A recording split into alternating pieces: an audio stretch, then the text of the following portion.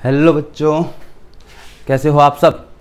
आज की इस वीडियो में हम लोग अपने मैग्नेटिज्म एंड मैटर वाले चैप्टर को और थोड़ा आगे बढ़ाएंगे और देखेंगे कि क्या सिमिलैरिटीज़ हैं between electrostatics and the magnetostatics. तो let us see on the board. सबसे पहले तो इलेक्ट्रोस्टैटिक्स और मैग्नेटोस्टैटिक्स हमने दोनों जो है एक तरह से ये इनका कंपैरिजन बनाने की कोशिश कर रहे हैं हम लोग।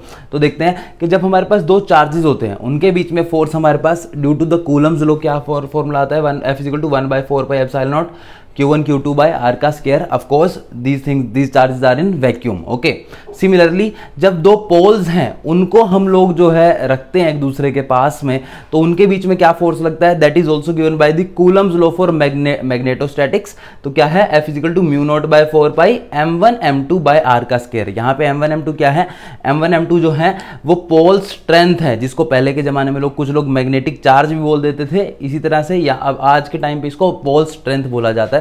तो m1 और m2 जो है वो पोल स्ट्रेंथ है किनकी, जैसे ये मान लो ये नॉर्थ पोल है, ये साउथ पोल है, इनके बीच में जो है जो फोर्स लग रहा होगा वो कैसे निकलेगा, μ0/4π m1 m2 by distance r का स्क्वायर। इसकी ऐसा यूनिट क्या होती है, ampere into metre. Pole strength की ऐसा यूनिट होती है। ओके, दूसरी सिमिलैरिटी को देखते हैं।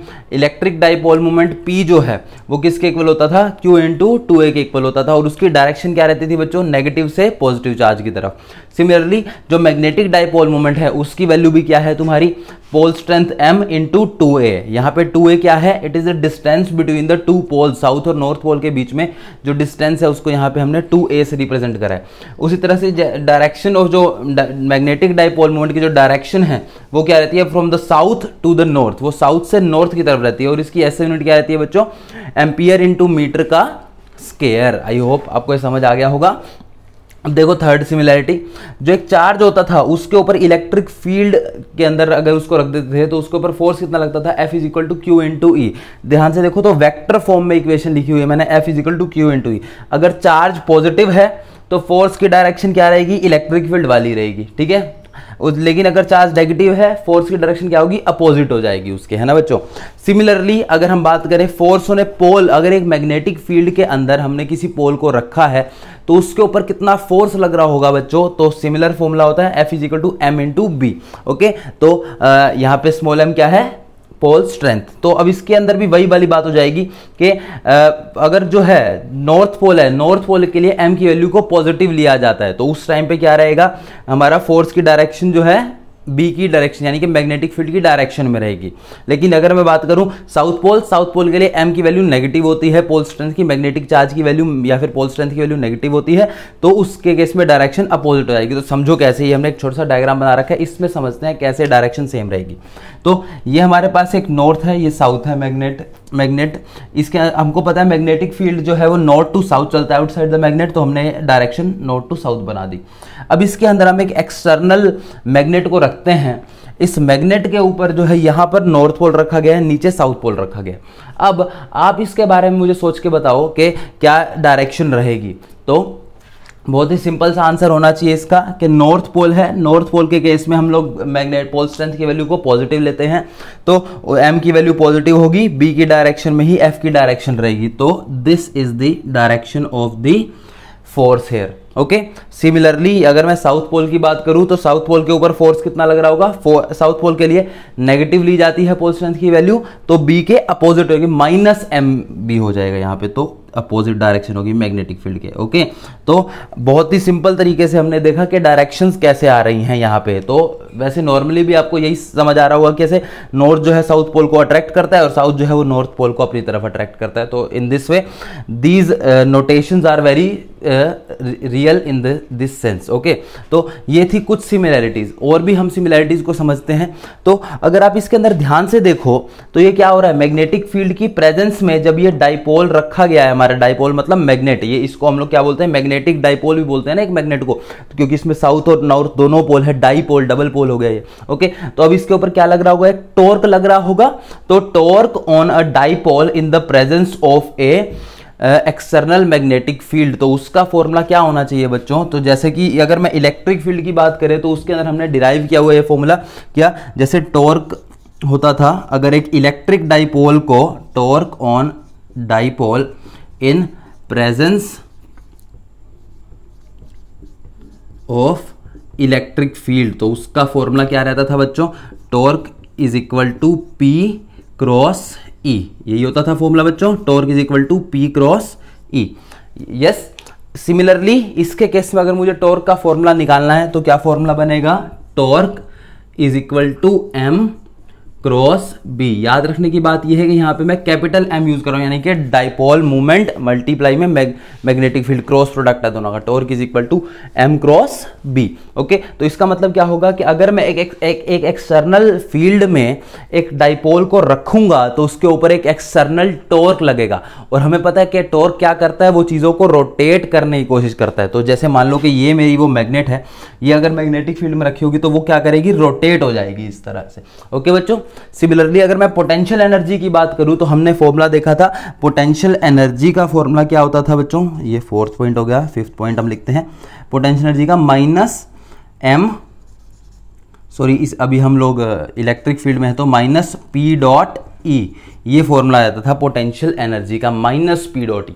ओके, सिमिलरली अगर मैं इसके केस में बात करूं तो टॉर्क का फॉर्मूला क्या हो जाएगा, सॉरी पोटेंशियल एनर्जी का फॉर्मूला क्या हो जाएगा, माइनस एम डॉट बी हो जाएगा। ओके, तो इनके डेरिवेशंस अभी हमारे सिलेबस से कट हो गए हैं, so we are not going into the details of these things कि कैसे ये फॉर्मूलाज हमारे आ रहे हैं।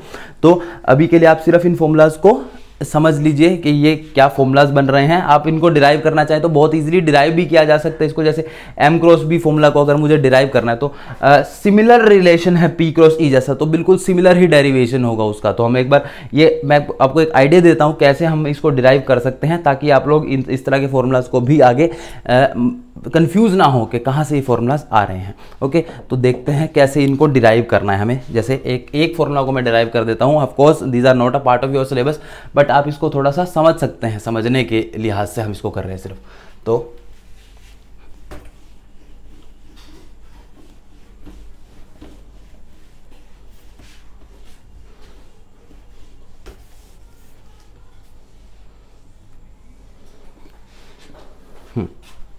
तो क्या है कि जैसे मान लो ये हमारे पास एक एक्सटर्नल मैग्नेट्स हैं, north pole and this south pole.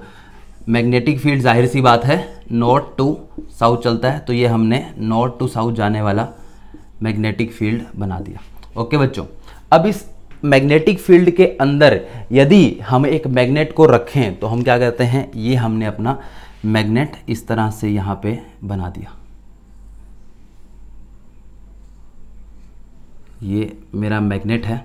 Okay, हम लोग क्या करते हैं, ये साउथ पोल हो गया एंड ये नॉर्थ पोल हो गया। ओके बच्चों, अब जाहिर सी बात है फोर्स की डायरेक्शन क्या होनी चाहिए, according to the formula force की वैल्यू कितनी होनी चाहिए, एम बी। ओके, एम यहाँ पे पोल स्ट्रेंथ है, देखो इसकी पोल स्ट्रेंथ क्या होगी, माइनस एम, और इसकी पोल स्ट्रेंथ क्या होगी, प्लस एम, है ना बच्चों। तो अब इसके ऊपर फोर्स किस तरफ लग रहा होगा, नॉर्थ साउथ को अपनी तरफ अट्रैक्ट करता है, तो ये हो गई डायरेक्शन।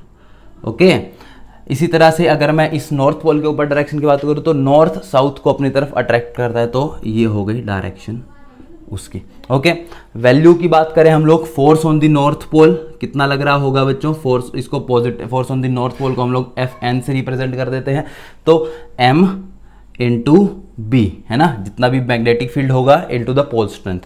अगर मैं साउथ पोल में लगने वाले फोर्स की बात करूं, सिर्फ मैग्नीट्यूड लिख रहा हूं मैं, तो उसके ऊपर भी m इंटू बी लग रहा होगा। माइनस साइन क्यों नहीं लगाया, क्योंकि माइनस साइन जो है डायरेक्शन को रिप्रेजेंट करता है, हम अभी मैग्नीट्यूड्स लिख रहे हैं, तो मैग्नेट देखें तो दोनों के ऊपर इधर भी m भी लग रहा है, इधर भी m भी लग रहा है, डायरेक्शंस अपोजिट हैं, इक्वल एंड अपोजिट फोर्सेस लग रहे हैं। तो देयरफॉर अगर कोई पूछे तो एक मैग्नेट के ऊपर एक एक्सटर्नल मैग्नेटिक फील्ड के अंदर कितना फोर्स लग रहा होता है, तो नेट फोर्स क्या है, दोनों इक्वल एंड अपोजिट है, तो इट विल बी जीरो। तो नेट फोर्स जो है वो क्या है बच्चों, that is zero. Okay, so total force इस केस में क्या लग रहा है, जीरो लग रहा है। लेकिन क्या होगा, अब दोनों के दोनों फोर्सेस जो है वो they are not in the same line of action, दोनों की लाइन ऑफ एक्शन अलग अलग है, ये इस डायरेक्शन में लग रहा है और ये नीचे की डायरेक्शन में। तो होना क्या चाहिए, इस तरह से रोटेट हो जाना चाहिए मैग्नेट मेरा, है ना बच्चों। तो अब ये रोटेट होगा तो इसके ऊपर क्या लग रहा होगा, एक टॉर्क लग रहा होगा ऑफ कोर्स। तो टॉर्क की डायरेक्शन को समझना है तो कैसे समझे, टॉर्क की डायरेक्शन को समझने के लिए हम लोगों को क्या करना पड़ेगा, हम लोगों को क्या करना पड़ता है, एक हमने ट्रायंगल बना दिया, इसका हम नाम रख देते हैं, लेट अस अज्यूम कि इसका नाम हमने पी क्यू एंड आर रख देते हैं, इसका ट्रायंगल का नाम। Okay, we know that the formula for torque is equal to force into the perpendicular distance होता है पढ़ा है 11th क्लास में सबने, force into the perpendicular distance होता है बच्चों। अब इस केस में अगर मैं फोर्स की बात करूं तो टॉर्क का फॉर्मूला लिख रहे हैं, तो फोर्स की बात करूं तो मैं कितना आएगा मेरा, ये आएगा it is m into B, small m into B. Okay, अब परपेंडिकुलर डिस्टेंस क्या है, this is the perpendicular distance P Q. Okay, multiply by P Q. Now can you tell me what is the value of this P Q in terms of this angle. Okay, इस angle के terms में, चाहे यहां पर बना लो चाहे यहां पर बना लो, बात एक ही है, इसकी वैल्यू कितनी होनी चाहिए। तो अब कैसे निकालेंगे, देखो, this is the distance between south pole and north pole, इसको हम लोग किससे रिप्रेजेंट करते हैं, 2a से रिप्रेजेंट करते हैं, है ना बच्चों। तो पी क्यू बाय में 2a, अगर मैं साइन थीटा की बात करूं तो this sine of theta is equal to perpendicular P Q by में हाइपोटेन्यूज पी एस, है ना बच्चों। पी क्यू आर है, हमने इसको आर बोला तो p r. Okay, p Q by p r, तो therefore p q is equal to p r multiply by sine of theta हो गया। What is the value of p r, value of p r is equal to 2a, p q is equal to 2a sine of theta. अब आप क्या कर सकते हो, P Q की value उठा के इसके अंदर पुट कर सकते हो। ओके बच्चों, तो therefore torque is equal to m into B into 2a sine theta. Okay, अब हमें पता है, हमने पढ़ा इस बात को कि m into 2a, m into 2a का मतलब क्या हुआ, pole strength into the distance, जैसे q इंटू 2a था वैसे m इंटू 2a। ओके, वो क्या होता है, मैग्नेटिक डाइपोल मोमेंट, यानी कि कैपिटल M के इक्वल होता है। तो टॉर्क के अंदर क्या आ गया, m b sine theta. Very good, torque is equal to M B sine theta. अब इसको वेक्टर नोटेशन में अगर मैं लिखना चाहूं तो torque vector is equal to m cross b। तो ये आ गया मेरे पास, बहुत ही सिंपल वे में हमने इस डेरिवेशन को कंसिडर करा कि कैसे हम जो है टॉर्क निकाल सकते हैं। सिमिलरली अगर आप पोटेंशियल एनर्जी भी निकालना चाहो तो सिमिलर तरीके से आप लोग इसको भी निकाल सकते हैं बच्चों। तो potential energy is equal to minus m dot B. I am leaving this for you to do. आप अपने आप इस चीज़ को ट्राई करें, नहीं आता तो आप मुझसे पूछ भी सकते हैं कैसे ये फॉर्मूला जो है पोटेंशियल एनर्जी का माइनस m डॉट बी आ रहा है। ओके बच्चों, तो कुल मिला के हमने अभी ये देखा कि there are so many similarities between the electrostatics and the magnetostatics. Electrostatics और मैग्नेटोस्टैटिक्स में बहुत सारी सिमिलैरिटीज हैं। ओके, बस एक ही चीज़ की कमी है कि हमें पोल स्ट्रेंथ या फिर मैग्नेटिक मोनोपोल नहीं मिल पा रहे। ओके, बट अब बात यह है कि उस समय पर लोगों ने बहुत ही ज़्यादा कोशिश की इस चीज़ को ढूंढने की कि हम जो है पूरी की पूरी थ्योरी कंप्लीट है बच्चों। देखो आप तो सही कि बिल्कुल एग्जैक्टली पूरी की पूरी थ्योरी जो इलेक्ट्रोस्टैटिक्स में थी, सिमिलर की सिमिलर थ्योरी हमने मैग्नेटोस्टैटिक्स में डेवलप कर दिया यहाँ पे। ओके, तो अब इतनी बढ़िया थ्योरी डेवलप होने के बावजूद जो है हम लोग इसको यूँ नहीं बोल सकते कि this theory is complete. Why? Because अगर मैं चार्जेस की बात करूँ तो हमारे पास साफ साफ चार्जेस मिल जाते हैं कि एक पॉजिटिव चार्ज है और एक नेगेटिव चार्ज है। लेकिन जब मैं मैग्नेटोस्टैटिक्स की बात करता हूं तो this thing is missing for me, कि हमारे पास स्पेसिफिकली मैं ये नहीं बोल सकता कि मेरे पास एक नॉर्थ पोल अलग से प्रेजेंट है और एक साउथ पोल अलग से प्रेजेंट है। They are combined together in a dipole formation, monopole हमें मिल ही नहीं रहे। ओके, एंड बच्चों ट्रस्ट मी, जो ह्यूमन बींग्स हैं, एज ह्यूमन बींग्स हमने बहुत ही ज्यादा कोशिश की है इन मोनोपोल्स को ढूंढने की at the minutest levels of nature. Nature के अंदर बिल्कुल छोटे से छोटे लेवल पर जाकर हमने इन मोनोपोल्स को ढूंढने की कोशिश करी है, but we are not able to find this because nature doesn't allow this monopoles, magnetic monopoles to exist, क्योंकि नेचर इन मैग्नेटिक मोनोपोल्स को एग्जिस्ट होने ही नहीं देना चाहता। Okay, this is the strength of nature, कि वो जिस चीज को चाहता है वो ही होगा, जिस चीज को वो नहीं चाहता वो नहीं होगा। Okay, that is why electric monopoles, जिनको हम चार्जेस बोलते हैं, वो तो एग्जिस्ट करते हैं, लेकिन मैग्नेटिक मोनोपोल्स यानी कि स्पेसिफिकली नॉर्थ या फिर स्पेसिफिकली साउथ पोल, वो एग्जिस्ट नहीं करता। ओके, तो हमारे पास जो है रीज़न देने के लिए कि जैसे अगर मैं बात करूं कि इलेक्ट्रिक फील्ड कौन क्रिएट कर रहा है, वो एक सिंपल पड़ा हुआ चार्ज हमारे पास, इलेक्ट्रिक चार्ज वो क्रिएट कर रहा है। मेरे पास मैग्नेटिक फील्ड को क्रिएट करने के लिए ऐसी कोई स्पेसिफिक एंटिटी नहीं है कि मैं बोलूं कि मैग्नेटिक फील्ड को एक मैग्नेटिक चार्ज या फिर मैग्नेटिक पोल ही जनरेट कर रहा है। ओके, तो हमारे पास सिर्फ एक ही रीज़न रह गया जिसको हमने पिछले चैप्टर में स्टडी करा था कि मैग्नेटिक फील्ड को कौन क्रिएट करता है, वो एक करंट कैरिंग वायर या फिर करंट कैरिंग लूप्स ही क्रिएट कर सकते हैं। ओके बच्चों, तो नेक्स्ट पार्ट में हम लोग इसी चीज़ को स्टडी करेंगे कि कैसे, अब मैं बात करूं, देखो अब माइंड में सिंपल सा क्वेश्चन ये आना चाहिए कि सर बिल्कुल ठीक आप अभी तक कह रहे हो कि सर जो करंट कैरिंग वायर है उससे करंट मैग्नेटिक फील्ड उसके अराउंड जनरेट होता है। ये ओयरस्टेड के एक्सपेरिमेंट से हम लोग देख चुके हैं कि अगर ये कोई करंट कैरिंग वायर है जिसका करंट ऊपर की तरफ फ्लो कर रहा है तो मैग्नेटिक फील्ड उसके अराउंड जनरेट हो जाता है। हमने पिछले चैप्टर में देखा अगर एक करंट कैरिंग लूप भी हो, जैसे कि ये मेरे पास एक करंट कैरिंग लूप है, तो इसकी वजह से मैग्नेटिक फील्ड इसके सेंटर पर भी हमने निकालना सीखा यूजिंग द बायोट-सेवर्ट लॉ। इसके एक्सियल लाइन के ऊपर भी निकालना सीखा using the again the Biot-Savart law. फिर हमने यूजिंग द एम्पियर सर्क्यूटल लॉ हमने सोलेनॉइड की वजह से भी मैग्नेटिक फील्ड निकालने देखा है और टोरॉइड की वजह से भी देखा है। ओके, तो एक करंट कैरिंग वायर की वजह से मैग्नेटिक फील्ड जनरेट होता है, ये हमें पक्का पता है। लेकिन अगर मैं बात करूं एक मैग्नेट की, कि अगर मान लो ये एक मैग्नेट है तो इसके अंदर करंट कहाँ है, ये क्वेश्चन जो है आपके माइंड में सीधा सीधा आ रहा होगा कि सर अगर इसके अंदर करंट है तो मैं उसको टच करता हूं तो मुझे वो लगता क्यों नहीं, करंट मुझे झटका क्यों नहीं लगता। जब एक मैग्नेट को जब हम लोग टच करते हैं, और आप ये भी कह रहे हो कि करंट कैरिंग लूप, अगर जब तक करंट नहीं होगा तब तक मैग्नेटिक फील्ड नहीं होगा। मैग्नेट का मैग्नेटिक फील्ड है तो उसके अंदर करंट भी होना चाहिए, तो ये करंट जब मैं उसको टच कर रहा हूं तो ये मुझे लग क्यों नहीं रहा। ओके, तो इसके पीछे आंसर जो है बेटा ये है कि जो इसके अंदर करंट जनरेट हो रहा है, आप इसको एज अ मैग्नेट समझो कि मान लो ये तो नॉर्थ पोल है और ये साउथ पोल है। ओके, तो अगर नॉर्थ पोल की बात करूं तो मैग्नेटिक फील्ड उससे बाहर की तरफ आ रहा होगा, तो अगर इसके अंदर करंट कुछ इस तरह से रोटेट कर रहा है तो वो मुझे लग क्यों नहीं रहा जब मैं उसको टच कर रहा हूं। That is a question for you.